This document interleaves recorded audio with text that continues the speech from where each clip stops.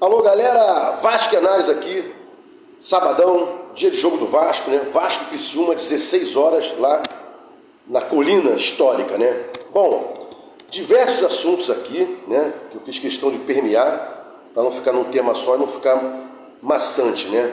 Bom, saiu aí um áudio, né? Vazou um áudio aí do CNM, né? Que é o presidente da comissão de arbitragem da CBF, né? E já foi presidente da comissão de arbitragem da Conmebol, né? E hoje ainda é membro ativo do comitê de árbitros da FIFA, né? Ele criticando o Wilton Pereira Sampaio, descascando ele, dizendo que é inadmissível não ter expulsado o Ganso, já com o amarelo, para não dar um bico para cima naquele jogo contra o Fluminense, né? Ou seja, prejudicou o Vasco poderia jogar um tempo inteirinho com mais um, né? E ele criticando, reclamando, percebendo a falha grotesca do Wilton Pereira Sampaio. Vamos ver aí se ele, como presidente da CBF, como presidente da comissão de arbitragem da CBF, se ele vai suspender o Wilton Pereira Sampaio. Senão não adianta, senão é teatro, e a gente tem que achar que isso aqui é sério, né? Então, se providência alguma não for tomada, é teatro, é balela. Porque se ele próprio, repito, o CNM, presidente da comissão de arbitragem da CBF, percebeu e teve um áudio vazado, falando mal do Wilton Pereira Sampaio, que ele tinha que ter expulsado o Ganso, que quando tinha um amarelo e deu um bico na bola, numa atitude antiesportiva, e nada acontecer, aí vamos saber que realmente é balela, né? Bom, meio de campo aí está sendo traçado como sendo Sforza, Hugo e Payet. Me agrada esse meio de campo. Sforza é um cincão mais moderno, né? Briga bastante, tem um bom passe. O Hugo pode fazer um antigo 8, né? Apoiar um pouco mais, marcar bastante também, né? Ficar ali dois volantes na frente da zaga, mas com o Hugo um pouquinho mais avançado. E o Payet ali, né? Resta saber se ele vai se manter centralizado ou se ele vai jogar sempre naquela mesma história de ficar escondido na ponta esquerda, tentando trazer a bola para o meio, blá blá blá. E a gente ficando aí no 4-2-4, né? Se você entenda, se ele entrar com Ryan, Verratti, David, 3 na frente, e o Payet não ficar no meio ali flutuando, né? Fazendo aquele elo dos atacantes, né? Pifando a bola e tal, se esconder lá na ponta esquerda, vai virar um 4-2-4. O Vasco vai sofrer novamente com isso, como vem sofrendo aí, né? A gente pensa que o Payet está colocado no meio e não vem colocado no meio, não se coloca no meio. E lembre-se, lá atrás o Emiliano Dias disse, o Payet joga onde ele quer, não há determinação para ele jogar numa posição fixa. E se ele vai, se não há determinação para ele jogar na posição fixa, e ele joga na esquerda, então ele mesmo está se colocando na esquerda, saindo da posição de meia de ligação, e isso aí é ruim para o Vasco, que a gente fica com um buraco ofensivo, a transição ofensiva pelo meio, jogando só pelas pontas, fica fácil do adversário marcar, né? Bom, então, Léo Jardim, Paulo Henrique Medel, Léo e Piton, Sforza, Hugo, Payet, Ryan, no lugar do Rossi, Verratti e David, né? Sendo que o João Vitor aí teve esse acidente de carro, mas dizem que ele tá bonzinho aí, não aconteceu nada, desviou de uma capivara lá nas bandas do Recreio. Eu morei no Recreio uns 9 anos, tem bastante capivara lá, é complicado, né? Na Barra também, morei lá durante uns 2 anos, também muita capivara.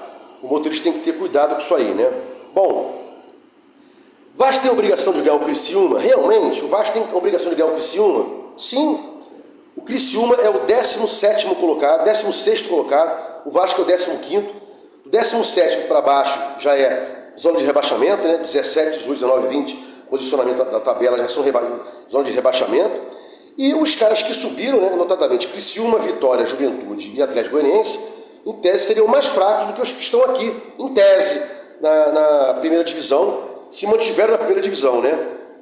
Então eu acho que realmente o Vasco é favorito, tem que ganhar, não tem esse negócio de Criciúma é complicado, nada disso. Esse Marquinhos Gabriel, salvo engano, já jogou no Vasco, né? Vaiado, escorraçado aqui, não pode ser um cara que vá dar a vitória pro Vasco, pro Criciúma contra o Vasco, né?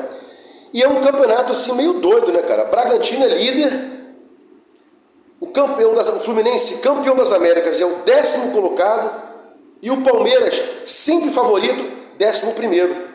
Então, muito complicado, né? Líder, Bragantino. 10º colocado, Fluminense, campeão das Américas, atual campeão da Libertadores. E o Palmeiras, atual campeão brasileiro, 11º colocado. Então é muito complicado aí, esquisito, né? Esse campeonato, a tabela. Bom, Leila Pereira, do Palmeiras, está feliz porque ela criticou o Textor, né? O Textor acaba de ser punido no STJD.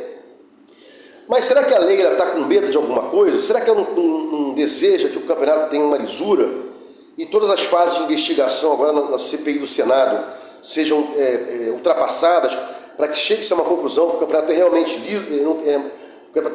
tem uma lisura, não é maculado, não há venda de resultados, manipulação de jogos, blá blá blá? Eu acho que é um erro aí, né? A Leila Pereira não querer, né, um campeonato que tenha lisura. E mais, ano passado, o Palmeiras ganhou 3 pontos naquele jogo ridículo que o Vasco fez um gol, né, com aquele belíssimo gol do Paulinho, e disseram que o Verratti estava impedido.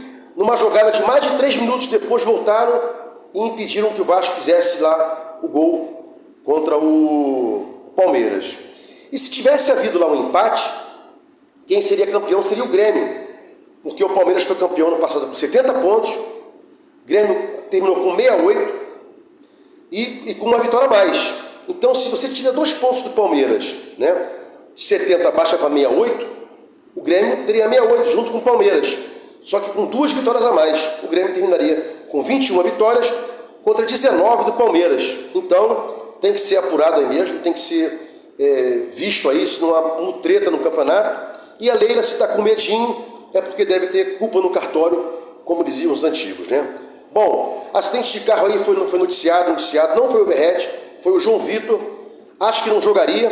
Medel entra na vaga do titular ao lado do Léo, e na direita acho que vai se manter aí o Paulo Henrique, e o João Vitor fica aí, uma espécie de reserva imediata, né? Bom, presidente do Conselho de Beneméritos do Vasco, presidente do Conselho de Beneméritos do Vasco, Luiz Manuel Fernandes, né, fala numa fala bizarra: não, temos que repactuar o contrato, porque não sei o que, blá blá blá. Bom, ele deve ter tido acesso, né, à íntegra desse contrato, e lá atrás, como Benemérito, deve ter indicado aí a venda, né, do futebol 70% para a SAF. O que esses pilantras não sabem é que se tem um contrato, tem que cumprir. Venderam lá atrás, né? E agora, não, vamos anular, vamos acabar com isso aí, não sei o que e tal. É sempre a mesma canalice, né? Nunca foi a favor de SAF, nunca foi a favor de 777, mas não pode ser na mão grande. Se for na mão grande, vai ter briga judicial e vai prejudicar o Vasco tremendamente. Já falei isso aqui em outros vídeos, vou até falar para frente, mas não agora, né? Bom, por coincidência o Medel não joga 2 jogos, a gente também não ganha 2 jogos, né? Só ganhamos primeiro contra o Grêmio. Ele estava em campo, então vamos torcer aí para que o Vasco, o Medel possa voltar e a gente possa reencontrar as vitórias, né?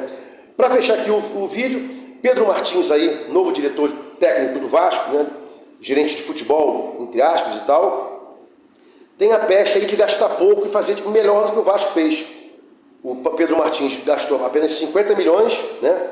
Subiu o Cruzeiro da segunda para a primeira divisão, se manteve no passado à frente do Vasco, enquanto o Vasco passou da casa dos 200 milhões e quase caiu para a Série B, livrando-se da última rodada. E o Cruzeiro ainda conseguiu pegar uma Sul-Americana, né? E outra coisa, se o Vasco perder, galera, não façam a mesma coisa que vocês fizeram antigamente contra o Goiás, quebrar tudo, não sei o quê, porque não podemos ficar sem o mando de campo durante o Brasileirão. Então, algum tropeço, uma derrota, um empate, não pode ter quebradeira lá em São Januário, para a gente não repetir o que aconteceu ano passado, que a gente ficou aí sem mando de campo, sem poder jogar em campo, sei lá, 10 partidas, ok? Se gostou do conteúdo, se inscreva no meu canal aqui, sininho para receber as notificações. Vasco e Análise, fique com Deus e até o próximo vídeo.